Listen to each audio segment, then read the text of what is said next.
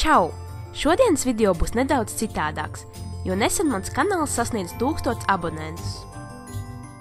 Man prieks par ikvienu, kurš ar interesi skatās manus video un arī izmēģina manas receptes. Tā kā šis kanāls sasniedz 1000 abonentus un tuvojas Ziemassvētki, es nolēmu sarīkot nelielu konkursu. Un lūk arī balvas, kuras tev būs iespējams iegūt. Iespējams nezināju, bet vasaras beigās iznāca mana kartiņa sērija. Uz katras paskartītes ir viena latviska recepte.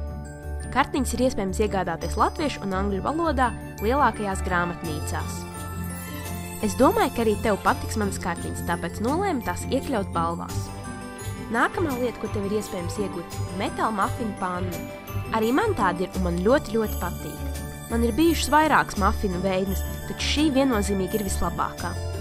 Protams, klāt tev arī vajadzēs papīra veidnītes. Tā kā viņas ir diezgan neitrāls, viņas pieejas jebkādam cupcake dekorēšanas veidam.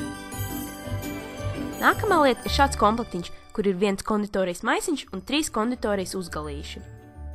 Arī man ir šāds komplektiņš, un es tev varu teikt, ka šis maisiņš ir ļoti izturīgs, tāpēc varēsi to izmantot ne tikai krēmam, bet arī churros gatavošanai. Neskatoties uz to, ka šajā komplektā jau ir 3 uzgalīši, es klāt vēlējos pielikt arī šo metāla aizvērto zvaigžņu veidu uzgali, jo, manuprāt, ar to sanāk viskaistākās krēma rozītes.